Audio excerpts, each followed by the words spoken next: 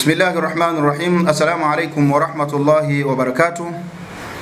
Alhamdulillah, salatu wassalamu ala rasulillahi wa ba'd.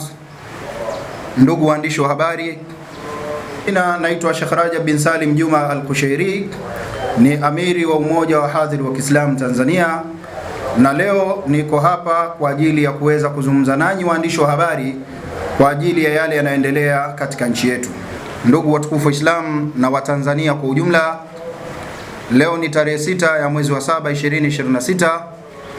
Tumewaita tena katika ofisi zetu kwa lengo la kuwashirikisha kupaza sauti ya wahadhiri, kwa lengo la kutoa elimu na kutoa tahadhari katika jamii ya Watanzania. Ndugu zangu waandishi wa habari, taasisi ya umoja wa hadhiri wa Kiislamu Tanzania imekuwa ni chombo ambacho kimekuwa kikijitokeza mara kwa mara yanapotokea mambo katika nchi yetu kwa lengo la kutoa elimu, na haswa tukizingatia kesho ni tarehe 7 ya mwezi wa 7 2026, ambapo katika mitandao ya kijamii tumeshuhudia na kuona wanaoitwa Watanzania na wengine walioko nje ya nchi ambao ni Watanzania wakihamasishana kufanya maandamano katika nchi yetu. Elimu ya kwanza tunayotaka kuitoa ni kwamba haya maandamano yanayohamasishwa katika mitandao ya kijamii, waasisi wake wako nje na wanaowataka wayafanye maandamano wako ndani ya nchi. Yaani hapa tunachojifunza kwamba wahamasishaji na waratibu wa maandamano wamekaa nje na familia zao wakiwa salama salimini, na wanawataka Watanzania wajitokeze na waweze kuyafanya hayo maandamano ambayo kimsingi hayakufuata utaratibu wa kisheria. Maandamano ya kisheria yanatambulika na katiba na yanajulikana kwa mujibu wa sheria, lakini haya ni maandamano yanayoonekana wazi makusudio yake ni kwenda kufanya vurugu katika mali za umma kama vile hospitali, katika mashule, katika masoko na vituo vya mabasi, mambo ambayo hayakubaliki wala hatuwezi kuyakubali kama Watanzania, na sisi kama taasisi ya Kiislamu hatuwezi kuliacha jambo hili likaendelea waziwazi na tukashindwa kutoa tahadhari kwa jamii yetu kama Waislamu na Watanzania kwa jumla. Ndugu waandishi wa habari, tukio hili linafanana na matukio yaliyopita huko nyuma ambayo sisi kama taasisi tulichukua hatua ya kuweza kusema hadharani na ikiwezekana kuwaambia waziwazi kwamba hayo maandamano yasiungwe mkono, kwa sababu madhara yatakapotokea yatahusisha familia zetu na wazee wetu. Unapokwenda kushambulia eneo kama hospitali, maana yake wazee wetu walioko hospitali wataathirika.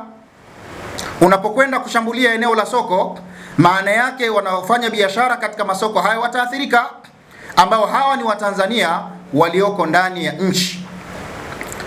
Ndugu wanahabari, pamoja na jambo hili baya, serikali imeshatoa miongozo kwamba itakuwa makini kufuatilia katika vyanzo vyote ambavyo vitakavyoashiria uvunjifu wa amani. Maana yake ni nini? Hapa tunapata picha kwamba kwa kuwa hawakufuata sheria watadhibitiwa, watakamatwa, watafunguliwa kesi. Lakini pia katika namna ya kudhibiti, inawezekana kuna mtu atavunjika mkono, kuna mtu anaweza akapoteza maisha. Lakini yatakapotokea haya na taasisi kama hii ya kidini haikutoa angalizo lolote, maana yake sisi tutakuwa tumeshiriki katika kuweza kuwafanya Watanzania kuyapata matatizo haya. Tukasema tutoke hadharani. La kwanza, tutoe elimu kwamba haya maandamano hayana afya wala hayana mustakabali mzuri kwa taifa letu, na ndiyo maana wanaohamasisha hawaonyeshi wanaanzia wapi, wanakwenda wapi, hawaainishi kwamba agenda yao ni nini, wala hatujui kiongozi wao ni nani. Maana yake haya ni maandamano ya vurugu. Ndugu waandishi wa habari, baada ya kutoa elimu hiyo, jambo la msingi ambalo tunajaribu kulipa picha ni kwamba taasisi za Kiislamu zimekuwa mstari wa mbele kutoa tahadhari, kutoa elimu na kuwakataza Watanzania wasishiriki katika jambo hilo. Katika hali ya kusikitisha, vipo baadhi ya taasisi, zipo baadhi ya vyombo vya kidini ambavyo vimepiga ukimya kana kwamba hawaoni zile athari zitakazoweza kuja kutokea katika taifa. Na hivi ndivyo ilivyotokea katika matukio yaliyotokea huko nyuma katika nchi yetu. Wanakuwa ni mahodari wa kukemea na kuisemeza vibaya serikali pale inapotumia nguvu kwa ajili ya kudhibiti uhalifu unaotokea katika jamii, lakini hawatoi tahadhari, hawatoi elimu, hawaonyi, hawakatazi wale wanapohamasishana kwenda kufanya uharibifu katika mali za umma. Haya ndio mambo tunayashangaa sisi kama viongozi wa dini, taasisi ya dini ya Kiislamu. Ndugu zangu Waislamu, ndugu zangu wanahabari, ndugu zangu wa Tanzania mnaofuatilia jambo hili, kwa kuwa serikali imeshatoa miongozo, haitokubali kuchezewa kwa amani, haitokubali raia kusumbuliwa, haitokubali wafanyabiashara kuharibiwa mali zao. Maana yake tunatoa tahadhari kwa Waislamu wote wasihusike kabisa katika kinachoitwa maandamano ya kesho. Lakini kama hilo halitoshi, sio tu kushiriki hayo maandamano, hata kukaa katika vikundi vya kujadili masala ya kimaandamano, hilo jambo ni jambo baya, halipaswi Muislamu kushiriki. Na yeyote atakayeshiriki, maana yake serikali itakapomulika kupitia vyombo vyake vya ulinzi na usalama, ikajiridhisha kwamba vikundi hivyo vimo katika namna ambayo ya kuhamasisha watu kufanya vurugu, maana yake litakalo kupata, usije ukasema jamii ya viongozi wa Kiislamu hawakusema.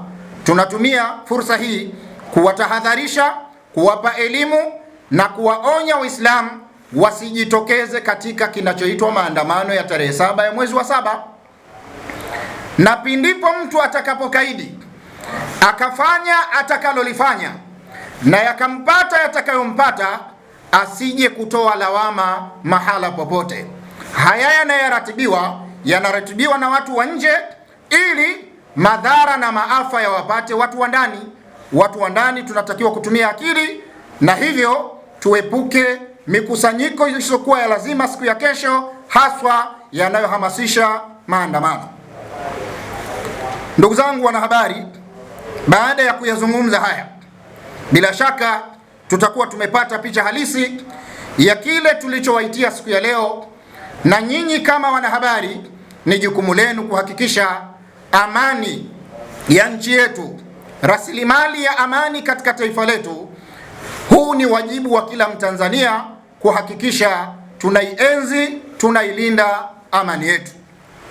Baada ya kuyasema haya, nimwombe Mwenyezi Mungu Subhanahu wa Ta'ala atujalie nchi yetu kuwa katika hali ya amani, na baada yake Allah awajalie viongozi wake waishi katika amani, viongozi wa dini na viongozi wa nchi.